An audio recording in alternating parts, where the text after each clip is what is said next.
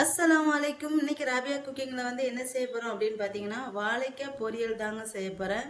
இந்த வாழைக்காய் பொரியல் எப்படி செய்யுதுன்னு பார்க்கலாம். நீங்கள் வாழைக்காய் பொரியல் அடுத்தடுத்து செய்யறதா இந்த மாதிரி செஞ்சு பாருங்கள். ரொம்ப டேஸ்ட்டாக ரொம்ப நல்லாயிருக்கும். அதுக்கு ஃபஸ்ட்டு நான் வந்து தேவையான பொருட்கள் வந்து சொல்லிடுறேன்.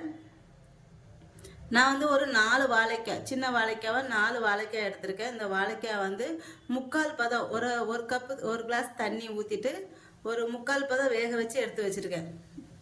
தண்ணி வந்து ரொம்ப ஊற்றக்கூடாது, கொஞ்சமாக ஊற்றிட்டு இது வேக வச்சு எடுத்து வச்சுக்கணும்.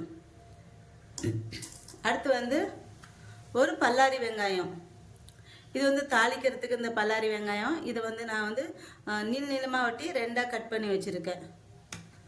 அடுத்து வந்து இதெல்லாம் அரைக்கிறதுக்கு ஒரு 2 துண்டு, இதால் துண்டு, சின்ன துண்டு 2 துண்டு தேங்காய். அடுத்து வந்து ஒரு 6 சின்ன வெங்காயம்.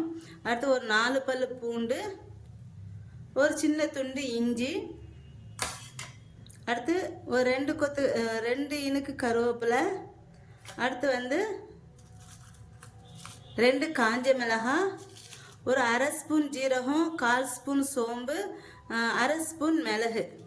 இது எல்லாத்தையும் இந்த தேங்காயோடு இதெல்லாம் சேர்த்து கொரப்பாக அரைச்சிக்கணும். அதோடு இந்த கருவேப்பிலையும் சேர்த்துட்டு நைஸாக அரைக்கக்கூடாது, கொரப்பாக இதை வந்து அரைச்சி எடுத்துக்கணும். ஃபஸ்ட் நான் இதை வந்து அரைச்சி எடுத்துக்கிறேன் எல்லாத்தையும்.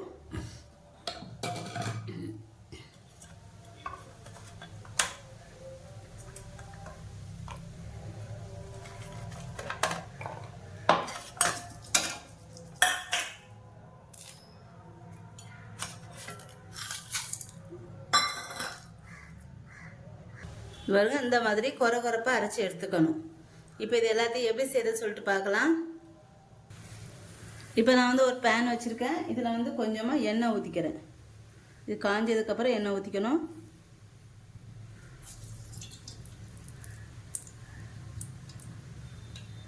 அடுத்து இது எண்ணெய் காஞ்சதுக்கப்புறம் நறுக்கி வச்சுருக்க வெங்காயம், அதையும் கொஞ்சம் கருவேப்பிலையும் சேர்த்துக்கலாம்.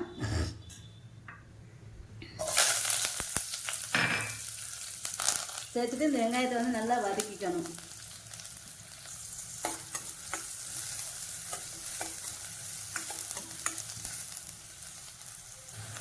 இப்போ இந்த வெங்காயம் வந்து நல்லா வதங்கிடுச்சு.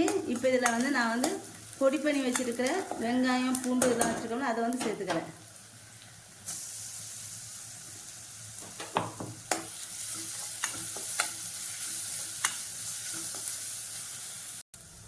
இதில் நான் வந்து ஒரு 1/4 ஸ்பூன் காஷ்மீர் மிளகாய் தூள் வந்து சேர்த்துக்கிறேன்.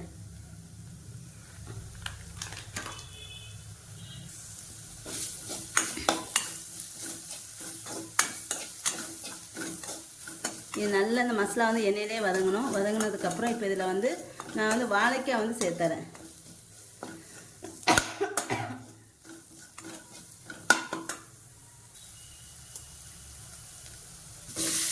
நான் ஏற்கனவே வாழைக்காயில் வந்து வேக வைக்கும்போது கொஞ்சமாக உப்பு போட்டிருக்கேன். இப்போ அந்த மசாலா கலந்து கொஞ்சம் லைட்டாக உப்பு சேர்த்துக்கிறேன். சேர்த்துட்டு இது நல்லா கிளறி விட்டுக்கலாம்.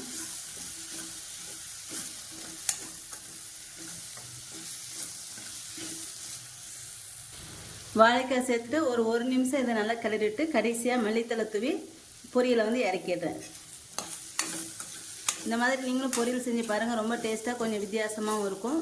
எப்பவும் ஒரே மாதிரி இருக்குது. இது கொஞ்சம் இந்த மாதிரி செஞ்சு பார்த்தீங்கன்னா ரொம்ப டேஸ்ட்டாக இருக்கும். இது ரசம், சாம்பார் வச்சு செஞ்சுட்டு இந்த பொரியல் வச்சா ரொம்ப நல்லாயிருக்கும். நீங்களும் கண்டிப்பாக ட்ரை பண்ணி பாருங்கள்.